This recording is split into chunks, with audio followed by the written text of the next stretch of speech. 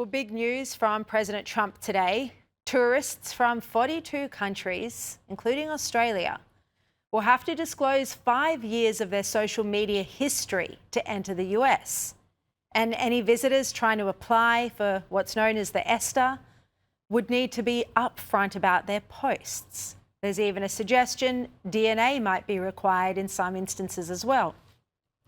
Well, let's discuss this now. Joining me tonight, National Senator Matt Canavan and WA Opposition Leader Basil Zemplis. Great to see you back, the original Thursday panel.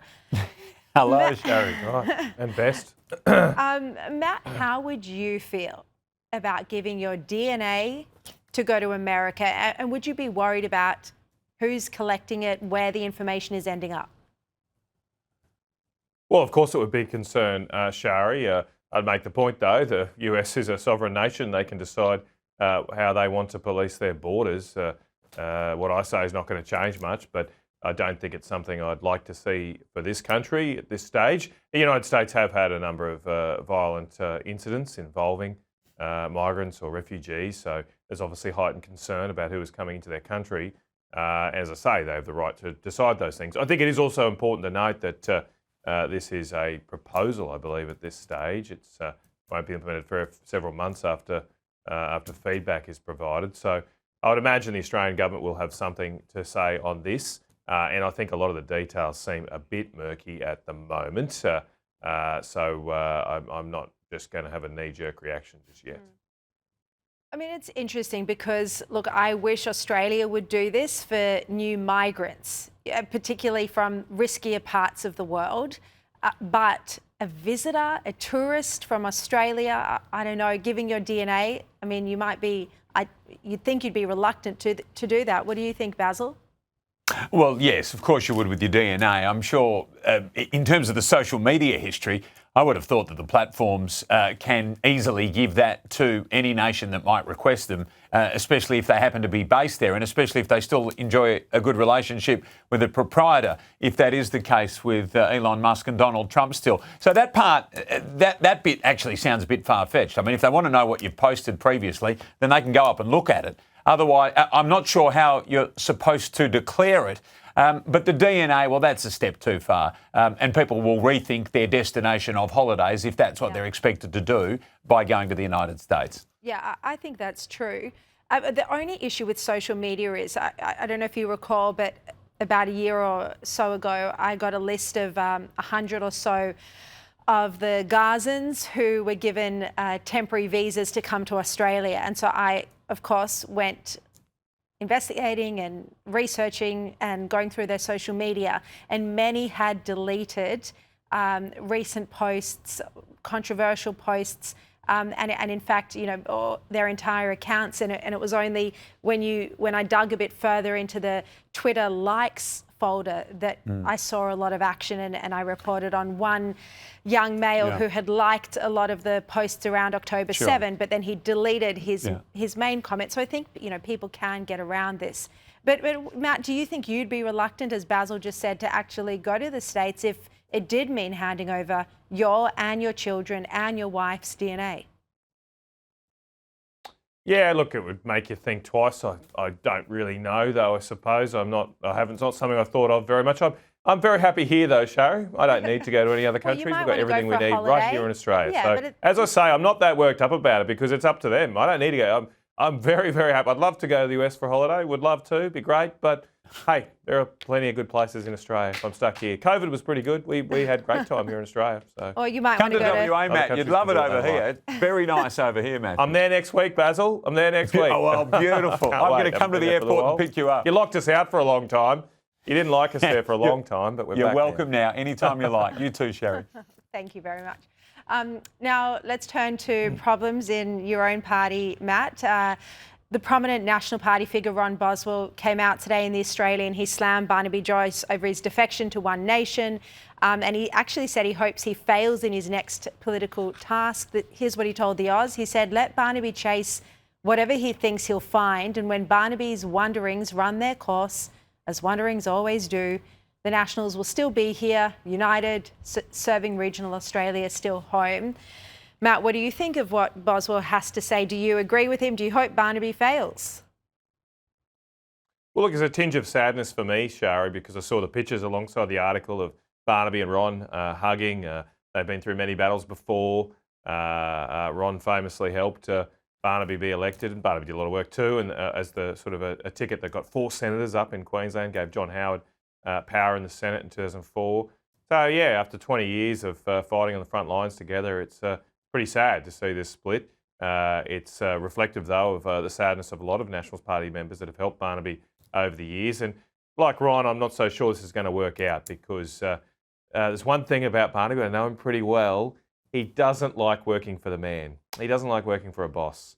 And in Pauline's party, she is the boss.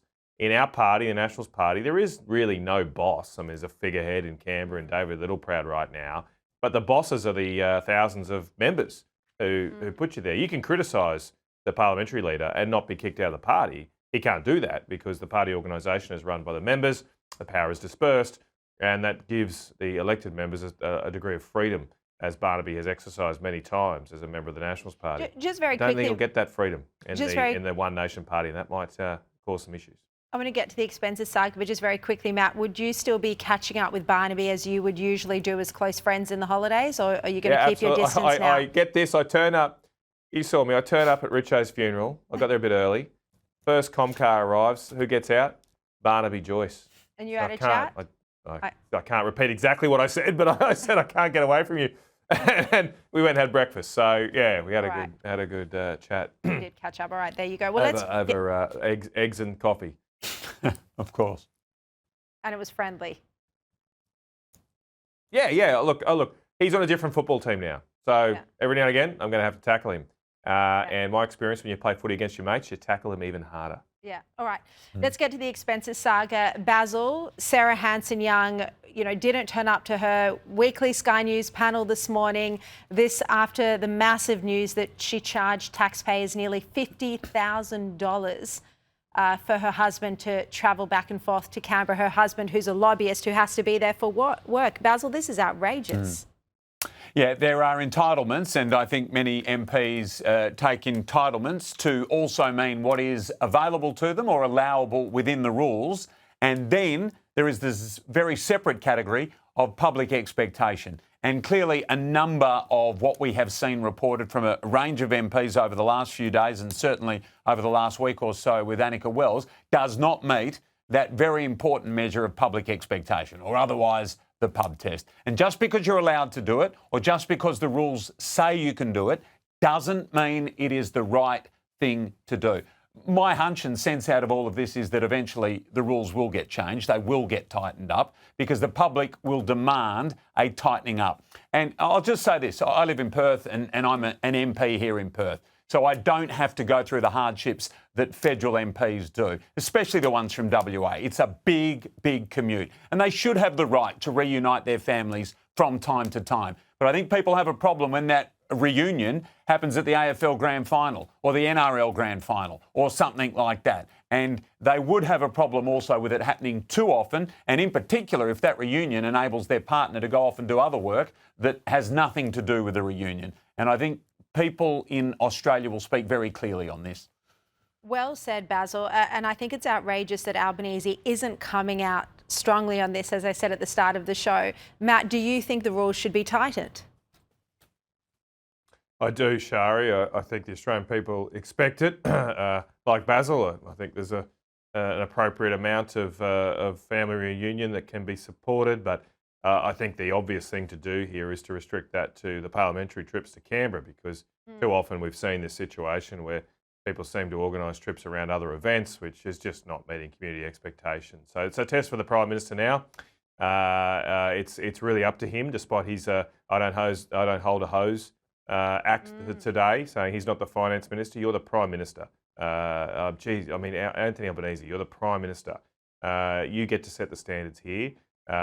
He's walking past these examples and saying there's nothing to see here. I was just in a pub in Brisbane for lunch today, and that's everyone wanted to talk about, was all this stuff. And he has got to show some leadership here and clamp down this. So on Annika Wells, one extra thing than what Basil said, he did speak well, but Annika Wells, I don't think she's done everything within the rules, because the rules also say you've got to spend money at a value for money approach. And I think on many occasions she's failed that test.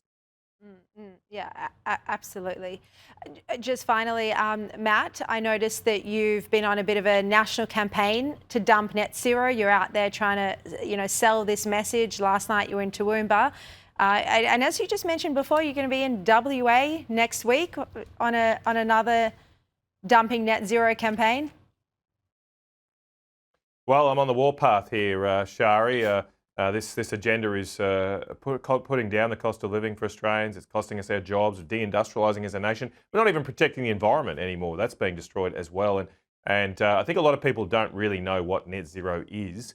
Ultimately, it's about the government controlling your life and making us all poorer. So, Basil, if you want to join me, come along. I'll try my best to convince you why this is a failing agenda and we need to get our country back. I noticed your banner, your poster there was in Liberal blue. And that was impressive. Are we about to see more defections? Well, that's because I'm with Liberals. Well, Liberal Party's on board with me now, Basil. They want to dump net zero too. But even so, it was lovely to see.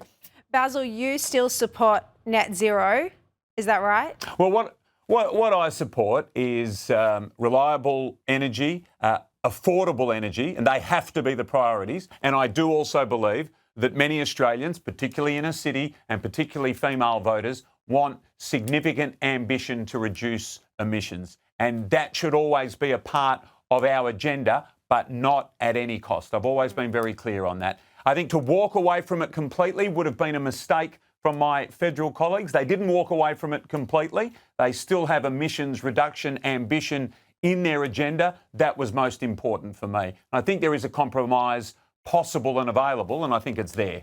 Well, it sounds like you're not exactly the same page, but not too far apart. So maybe you can go to Matt Canavan's. I'll catch up with you. I'll call you after this, Basil. Let's catch up next Wednesday. And I'd like to walk you around inner city Perth, Matt. I think that'd be good for you to have a look around the inner city. Let's go to Fremantle. Let's go to the belly of the beast. Sounds like you should have a date next week. All right, Basil and Matt, thank you so much. Yep.